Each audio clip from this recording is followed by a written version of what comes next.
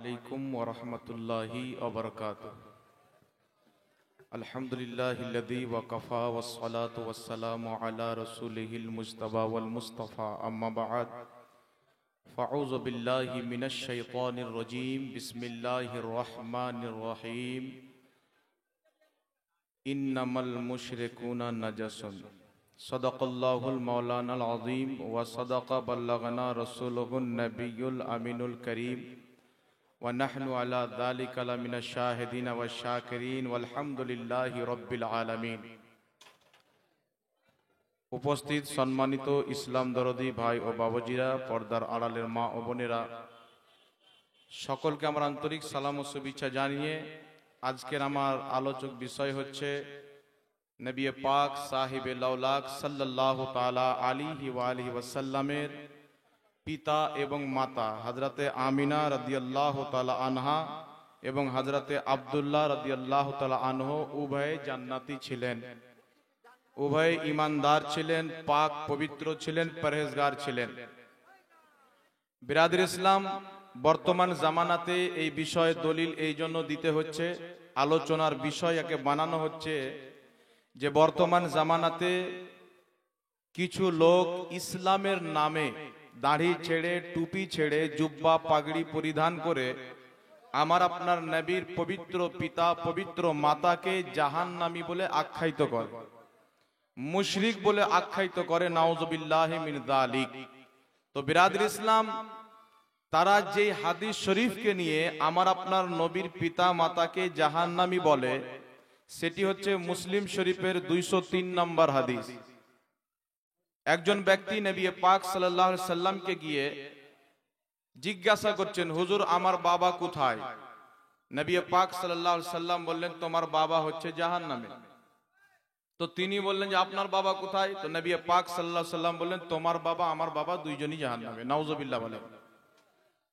তো বিরাদর ইসলাম, হাদিস শরীফের মধ্যে শব্দটি আছে, কিন্তু আপনারা সকলে জানবেন যে হাদিস সহিও হয়, হাদিস হাসানও হয়, হাদিস দঈফও হয়, হাদিস মুদালও হয়। হাদিসের অনেক রকম কিসিম, অনেক রকম প্রকার রয়েছে।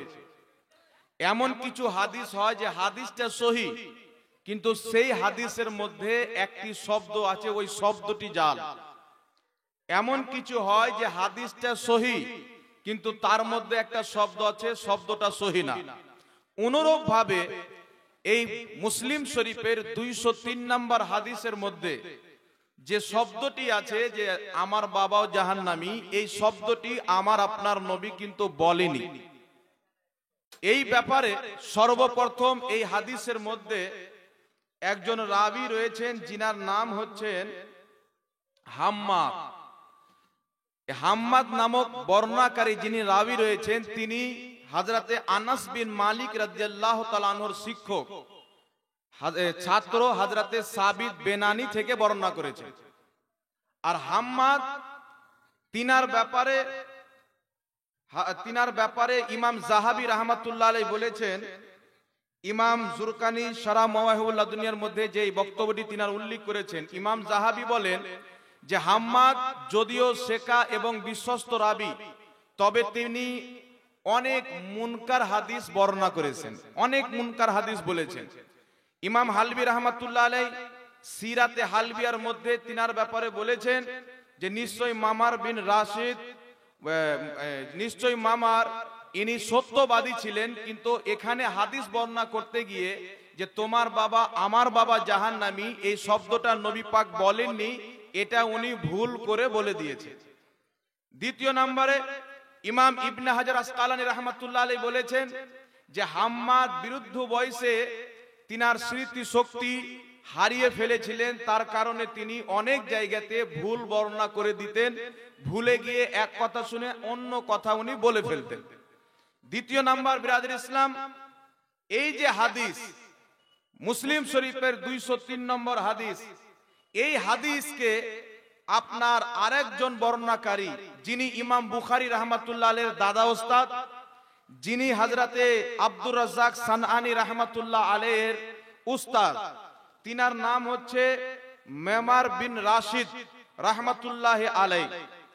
তিনার বহুত পূর্বের তিনি আলিম, কমবেশ 1400 কমবেশ আপনার 1000 বছর পূর্বে তো হবেই, অনেক পুরাতন ইমাম, যিনি ইমাম বুখারীর দাদা শিক্ষক ইমাম আব্দুর রাজ্জাক সানআনির শিক্ষক। তিনি এই হাদিসকে বর্ণনা করেছেন, কিন্তু সেই জায়গাতে এই কথাটি নাই যে আমার বাবাও জাহান্নামে, নবী বলেছেন এই কথাটি কিন্তু নাই। তার কারণে হাম্মাদ তিনি এই কথাটি ভুল করে বয়ান করে ফেলেছেন, এটা তো একটা ব্যাখ্যা হলো।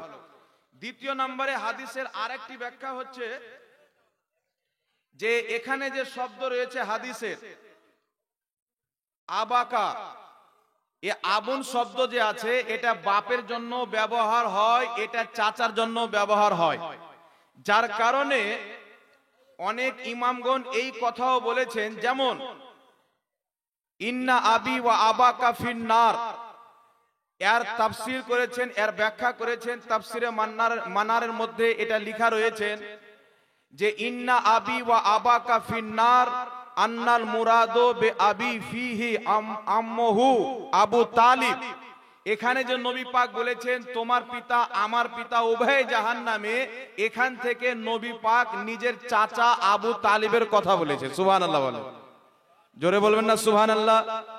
তাহলে যারা কথাই কথাই বলে যে সহি হাদিসে আছে, সহি হাদিসে আছে, তো একটি এমন শব্দ যেই শব্দটিকে অনেক মুহাদ্দিসিন বলেছেন যে হাম্মাদ এটা বাড়িয়ে বলে দিয়েছেন, আমার নবী এই কথা বলেননি, এমন একটি শব্দ দিয়ে কোনো ব্যক্তিকে জাহান্নামী প্রমাণ করা যাবে? এই জোরে বলেন না যাবে? এই যে বর্ণনাকারী আছেন হাম্মাদ, ইনার হাদিস ইমাম বুখারী বর্ণনা করেননি, কারণ ইনি অনেক মুনকার হাদিস বয়ান করতেন। তো একটি কথা মনে রাখবেন, হাদিসে থাকলি যে হয়ে যাবে না, হাদিসটি কি, হাদিসের মান কি, হাদিস সম্পর্কে ইমামগণ কি বলেছেন, এই বিস্তারিত জিনিস হাদিস বুঝার জন্য, হাদিসকে জানার জন্য জানা আমাদের জন্য জরুরি। দ্বিতীয় নাম্বার চলে আসেন বিরাদর ইসলাম, আহলে সুন্নাত ওয়াল জামাতের আকীদা হচ্ছে আমাদের নবী সাল্লাল্লাহু আলাইহি ওয়াসাল্লামের পিতা মাতা উভয় জান্নাতি। জোরে বলবেন না সুবহানাল্লাহ। এখন দেখেন আল্লাহ পাক পবিত্র কুরআন পাকের মধ্যে বলেছেন যে মুশরিকিন হলো নাপাক, যারা মুশরিক আল্লাহ ব্যতীত অন্য কাউরির পূজা করে, পাথরের পূজা করে, মূর্তির পূজা করে, যারা আল্লাহকে বান্দার সঙ্গে তুলনা দেয়, যেমন লামাযহাবীদের আকীদা আল্লাহর হাত আছে, আল্লাহর পাও আছে, এইরকম যারা মুশরিক তারা যতই গাধ হোক, গোসল করুক, তারা হচ্ছে অরিজিনালি নাপাক, তারা হচ্ছে অরিজিনালি অপবিত্র। তো কুরআন এবং হাদিস অনুযায়ী আল্লাহ ব্যতীত যারা নিজের হাতে তৈরি করে বা আল্লাহর তৈরি করা জিনিসকে যারা খোদা বলে মানে তার ইবাদত করে, বা লামাযহাবী আহলে হাদিসদের মতো যারা আল্লাহর দেহবাদী আকীদা রাখে, তারা হচ্ছে মুশরিক। এবং কুরআন পাকের আয়াত অনুযায়ী যতই গাধ হোক আর যতই গোসল করুক তারা হচ্ছে নাপাক, তারা হচ্ছে অপবিত্র। কিন্তু আমার আপনার নবীর মা যদি মুশরিক হয় তাহলে কুরআন অনুযায়ী তারা কিন্তু নাপাক হবে। আমার নবীর পিতা মাতা যদি মুশরিক শিরককারী হন তাহলে তিনার পিতা মাতা উভয়ে কিন্তু নাপাক হবে কুরআন অনুযায়ী, কারণ কুরআন বলছে যে প্রত্যেক মুশরিক হচ্ছে নাপাক। কিন্তু আমার নবীর পিতা মাতা কি ছিলেন দেখেন, তাফসিরে বেহরুল মুহিত জিলদ নাম্বার 4 198 পৃষ্ঠার মধ্যে আবু হাইয়ান আন্দলুসি রাহমাতুল্লাহ আলাইহি উল্লেখ করেছেন, মানাহু আন্নাহু কানা ইয়ানকুলু নূরাহু মিন সাজিদিন ইলা সাজিদ। তিনি বলছেন শুনো, আমাদের নবীর নূরকে আল্লাহ তাবারক ওয়া তাআলা সাজদাকারীদের মাধ্যমে এক ব্যক্তির পুষ্ট থেকে আরেক ব্যক্তির পুষ্ট পর্যন্ত আল্লাহ পাক আদম থেকে নিয়ে ইব্রাহিম, নূহ আলাইহিস সালাম, নূহ আলাইহিস সালাম থেকে নিয়ে ইব্রাহিম, তিনার থেকে মুসা কালিমুল্লাহ, তিনার থেকে আপনার ঈসা রুহুল্লাহ, এইভাবে নবী পাক সাল্লাল্লাহু আলাইহি সাল্লামকে যে আল্লাহ পাক মুনতাকিল করেছেন, এক অপর থেকে পরিবর্তন করে করে যাদের মাধ্যমে মাধ্যমে নবী পাকের নূরকে আল্লাহ পাঠিয়েছেন তারা প্রত্যেকে ছিল সাজদাকারী। জোরে বলেন সুবহানাল্লাহ। আর একটু জোরে বলতে হবে সুবহানাল্লাহ। তাই নবী পাক সাল্লাল্লাহু আলাইহি সাল্লামের নূর তিনার বাপ থেকে, তিনার মা থেকে এসেছে, নবীগণ হয়ে তিনার পিতামাতা পর্যন্ত এসেছেন। তাই এই স্পষ্টভাবে কুরআন পাকের তাফসীর থেকে প্রমাণিত হয়ে যায় যে নবী পাকের পিতা মাতা উভয়ে মুশরিক ছিল না, বরং আল্লাহ পাকের পবিত্র দরবারে সেজদাকারী ছিল। বলেন সুবহানাল্লাহ। যারা মুশরিক নাপাক, আল্লাহর দরবারে ঈমানের সহিত সেজদাকারী যারা সেজদা করে তারা হচ্ছে পাক। জোরে বলেন সুবহানাল্লাহ। তাই নবী পাকের পিতা মাতা উভয়ে পাক ছিলেন। আমার আপনার নবী সাল্লাল্লাহু আলাইহি ওয়াসাল্লামের ব্যাপারে বলা হয়েছে ওয়া তাকাল্লুবাকা ফিস সাজিদিন। মহান রব্বুল আলামিন আল্লাহ তাবারাক ওয়া তাআলা আমাদের নবীকে সেজদাকারীদের মাধ্যমে পাঠিয়েছেন। জোরে বলেন সুবহানাল্লাহ। এই আয়াত দিয়ে হযরত আব্দুল্লাহ ইবনে আব্বাস রাদিয়াল্লাহু তাআলা আনহু প্রমাণ করেছেন যে নবী পাক সাল্লাল্লাহু তাআলা আলাইহি ওয়াসাল্লাম সেজদাকারীদের মাধ্যমে তিনাকে আল্লাহ পাক পাঠিয়েছেন। তো স্পষ্ট কোরআনের আয়াত থেকে প্রমাণিত যে নবী পাকের পিতা এবং মাতা দুইজনে আল্লাহর দরবারে সেজদাকারী ছিল। জোরে বলেন সুবহানাল্লাহ। এবার চলে আসেন বিরাদর ইসলাম, হযরতে ইমাম কুরতুবী এবং ইমাম ইবনে হাজার রাহমাতুল্লাহ আলাইহি ইনাদের মত কি এই বিষয়ে? ওয়া আম্মা কওল ইবনে হাজার ওয়া হাদিসু ইয়াহইয়া ইহিমা হাত্তা আমানা বিহি সুম্মা তুওয়াফায়া হাদিসুন সহিহুন ওয়া মিম্মান সাহাহুল ইমামুল কুরতুবী ওয়াল হাফিজ ইবনে নাসিরউদ্দিন। এখানে স্পষ্ট বলা হয়েছে ইমাম ইবনে হাজারের বক্তব্য, যেখানে তিনি বলেছেন যে সেটি সহিহ বা বিশ্বস্ত হাদিস, যে হাদিসের মধ্যে বলা হয়েছে যে নবী পাক সাল্লাল্লাহু আলাইহি সাল্লামের পিতা এবং মাতাকে আমার আপনার নবী উভয়কে জিন্দা করেছেন। জিন্দা করার পরে আমার আপনার নবী তিনার পিতা মাতাকে নিজের কলমা পড়িয়ে নিজের উম্মত বানিয়েছেন। জোরে বলেন সুবহানাল্লাহ। এখন প্রশ্ন হলো, যদি উনার মা বাপ ঈমানদারি থাকে তো আবার কলমা পড়ানোর প্রয়োজন কি হলো? মানে শয়তান তো আপনাকে সব দিক দিয়ে ঘুরাবে।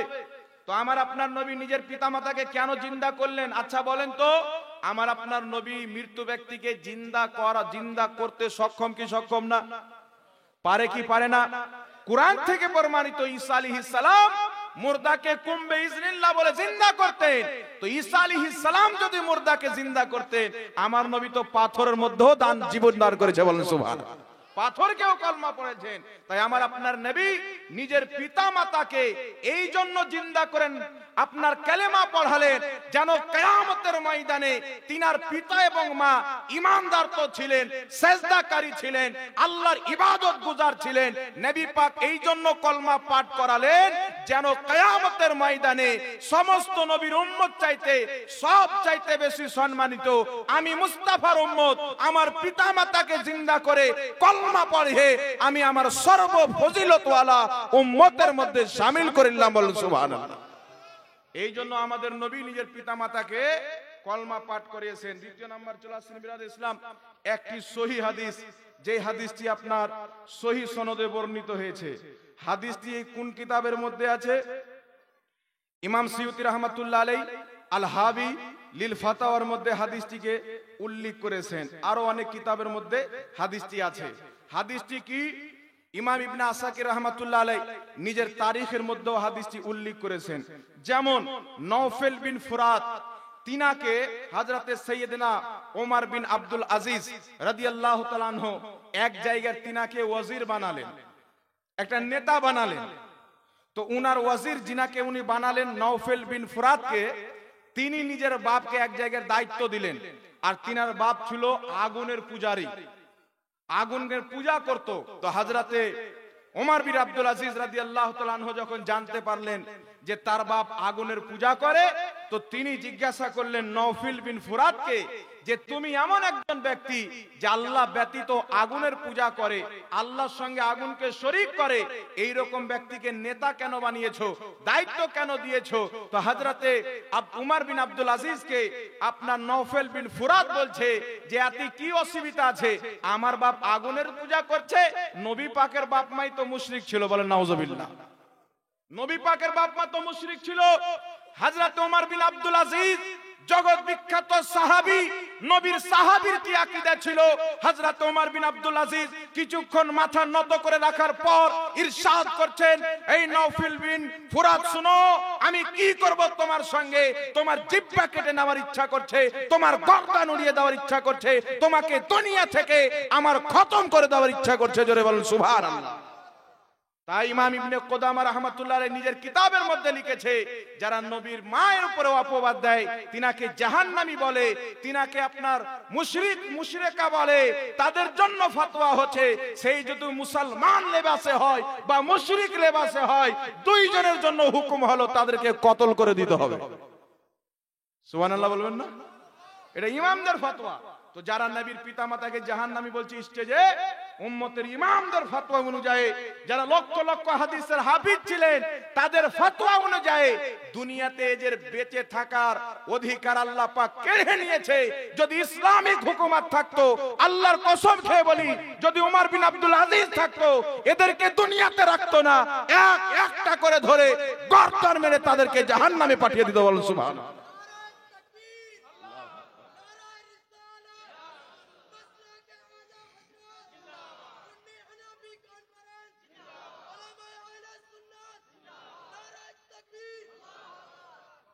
তাই এদের দুনিয়াতে বেঁচে থাকার কোনো অধিকার নাই।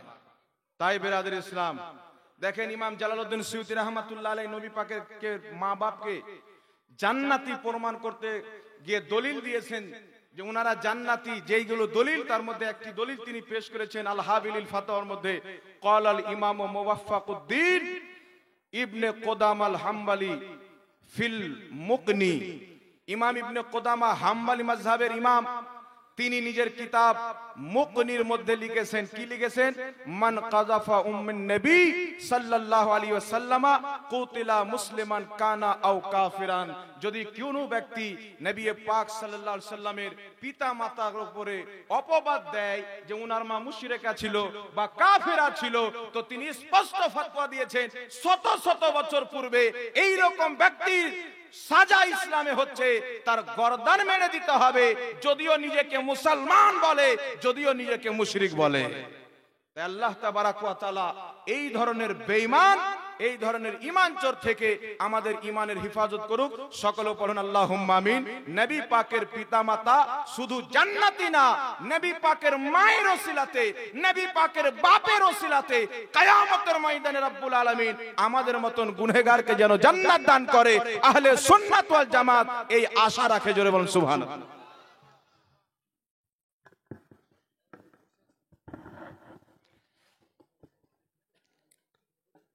ব্রাদান ইসলাম, আপনারা শুনলেন রাসূল পাক সাল্লাল্লাহু তাআলা আলাইহি ওয়াসাল্লাম